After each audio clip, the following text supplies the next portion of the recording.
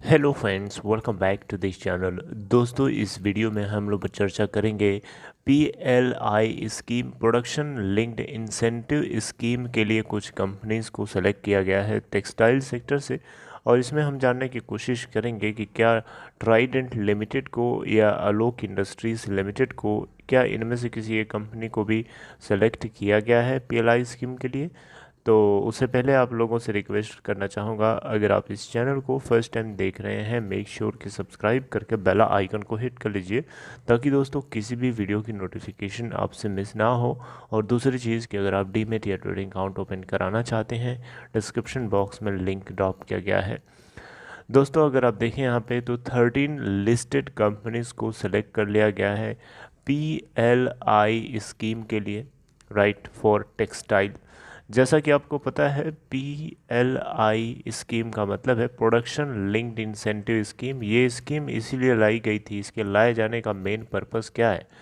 इसके लाए जाने का मेन पर्पस ये है कि जो टेक्सटाइल सेक्टर में जो एक तरीके से जो प्रोडक्शन कर रही हैं कंपनीज, उन लोगों को एक तरीके से बढ़ावा मिले अपने प्रोडक्ट्स को और ज़्यादा लार्ज स्केल पे प्रोड्यूस करने के और उसको एनहांस करके सप्लाई करने के लिए।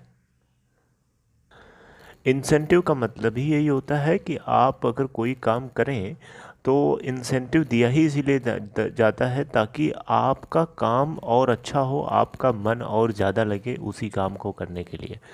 तो यहाँ पे जो इंसेंटिव है वो प्रोडक्शन से लिंक्ड है, यानी ज़्यादा इंसेंटिव पाने के लिए ज़्यादा प्रोडक्शन करना पड़ेगा, सीधी सी बात है। और ज़्यादा प्रोडक्शन होगा तो ज़्यादा से ज़्यादा आप सप्लाई कर पाएंगे। तो यहाँ पे दोस्तों सवाल उठता है कि क्या ट्राइडेंट लिमिटेड को और आलोक इंडस्ट्रीज लिमिटेड को यहाँ पे सेलेक्ट किया गया है, क्योंकि टेक्सटाइल सेक्टर से जुड़ी हुई ये दोनों भी तो हैं। दोस्तों, अगर आप देखें यहाँ पे तो जो सिलेक्शन कमेटी यहाँ पे सेक्रेटरी जो है के द्वारा चेयर करी गई थी मिनिस्ट्री ऑफ टेक्सटाइल्स के, जिनका नाम श्री यूपी सिंह है। इन्होंने 61 एप्लीकेशंस को सेलेक्ट किया था under PLI scheme for textiles. और टोटल अगर आप देखें तो 67 एप्लीकेशंस को यहाँ पे रिसीव किया गया था for PLI scheme, out of which 15 applications को यहाँ पे पार्ट 1 के अंदर और 52 एप्लीकेशंस को पार्ट 2 के अंदर सेलेक्ट किया गया। यहाँ पे यूपी सिंह ने बताया कि जो ये 61 एप्लीकेशंस अप्रूव किए गए हैं यहाँ पे, इससे जो टोटल इन्वेस्टमेंट एक्सपेक्टेड है एप्लीकेशन से वो 19,077 करोड़ का है। जबकि प्रोजेक्टेड टर्नओवर अगर आप देखें तो यहाँ से 1,84,917 करोड़ का है, और 5 साल के पीरियड के लिए, राइट। और इससे 2,40,134 2,40,134 का लोगों का डायरेक्टली एम्प्लॉयमेंट।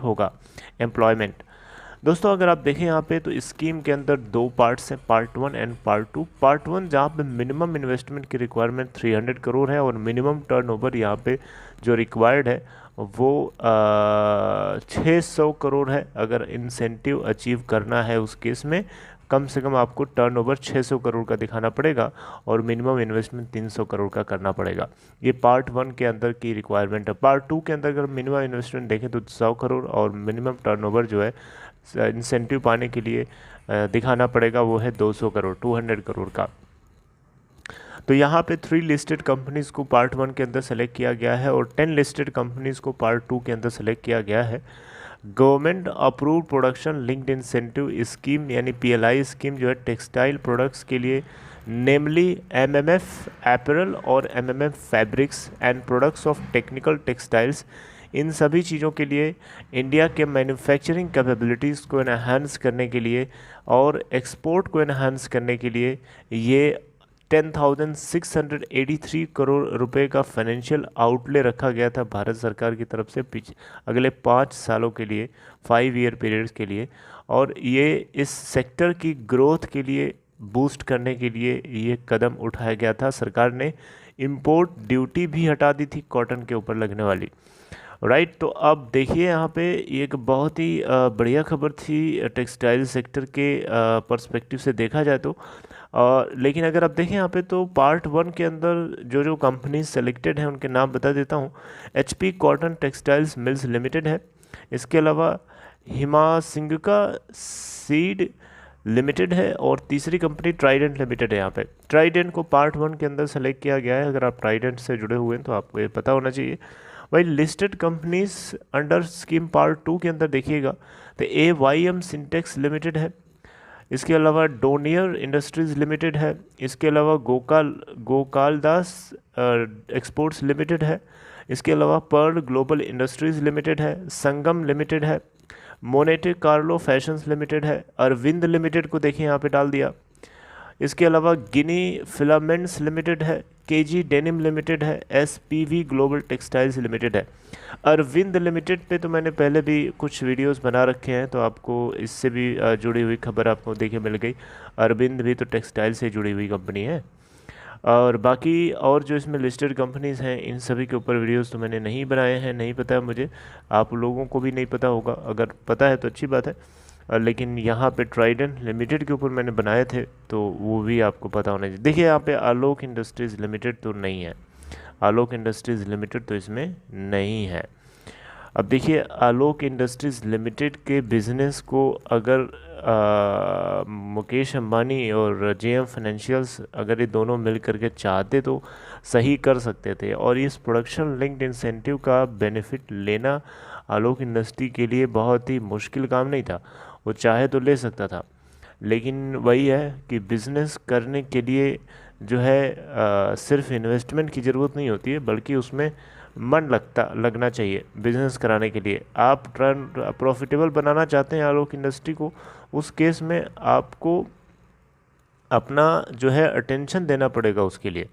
ऐसा नहीं है कि एक बार इन्वेस्टमेंट करके आंख बंद करके छोड़ दिया, अपने आप कंपनी के शेयर्स ट्रेड हो रहे हैं ऊपर नीचे, शेयर होल्डर्स फंसे जा रहे हैं, कंपनी लॉस पोस्ट करी जा रही है, कोई चिंता ही नहीं है।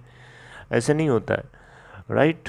तो यहाँ पे आप एक सीख लेनी चाहिए ट्राइडेंट लिमिटेड से, ट्राइडेंट के शेयर से आप सीख लीजिए, ट्राइडेंट के कंपनी के जो काम करने का तरीका है उससे सीखना चाहिए आलोक इंडस्ट्रीज़ लिमिटेड को, राइट। आलोक इंडस्ट्रीज़ लिमिटेड में प्रमोटर्स तो निकल चुके हैं, प्रमोटर्स तो है नहीं, अब प्रमोटर्स अब यहाँ पे एग्ज़िट हो गए तो फिर कोई चिंता ही नहीं है इनको।